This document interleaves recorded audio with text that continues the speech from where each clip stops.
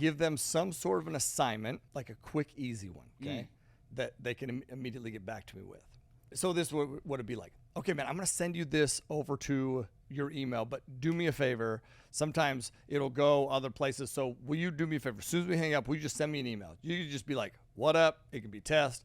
Send me an email so that I get that back. Actions breed other actions. It's a baby action that they can take to send me this. Now what I'm going to do, this is your next level shit here though, okay?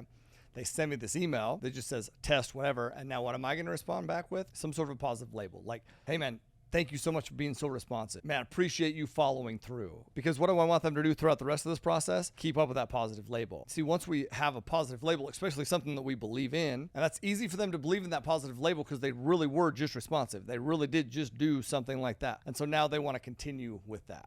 People like praise. Give them an opportunity for them to take action and for you to give them a positive label, for them to continue taking those small actions to get this thing to the closing table.